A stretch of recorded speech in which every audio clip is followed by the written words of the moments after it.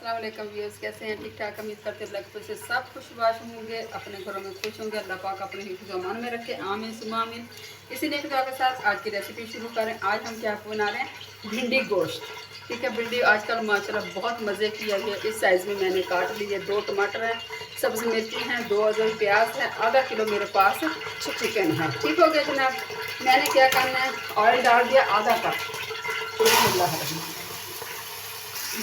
जनाब ऑयल मैंने डाल लिया। मैं करूँगी प्याज को तकरीबन ब्राउन, हल्का लाइट ब्राउन, फिर मैं इंशाल्लाह आपको से मिलती हूँ। ठीक हो गया जनाब। साथ जाएंगे, लहसुन अदरक भी जाएगा, साथ साथ बताएंगे, क्योंकि इस तरह बताने से टाइम वेस्ट होता है। ठीक हो गया जनाब। अच्छा व्यूअर्स, अल्हम्दुलिल्लाह जी लहसुन अदरक पा ले, क्योंकि मेरा प्याज ज़रा ज़्यादा ब्राउन हो रहा था। मैं करती हूँ इसकी भुनाई 1 से 2 मिनट, ताकि इसका कच्चापन अच्छी तरह से ख़त्म हो जाए। ठीक है, अभी इंशाल्लाह लहसुन मेरा भून चुका है, लहसुन अदरक अच्छी तरह से माशाल्लाह हो गया। अभी डालती हूँ चिकन की करती हूँ भुनाई, और ये है चिकन, मैं चिकन की करती हूँ भुनाई। ठीक हो गया।